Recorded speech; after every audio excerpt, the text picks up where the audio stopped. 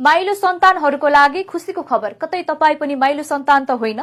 क्यानाडामा गरिएको एक अनुसन्धानले माइलो सन्तानलाई घरको सबैभन्दा असल मानेको देखाएको छ। अनुसन्धान अनुसार माइलो सन्तानहरू धेरै समायोजित, कूटनीतिक र स्वतन्त्र हुने गर्छन्। तिनीहरू जेठा र कान्छा दुवैको बीचमा रहेर सहमतिमा ल्याउने भूमिका खेल्ने भएकोले राम्रो व्यवहार देखाउने सम्भावना धेरै भएको बताएको छ।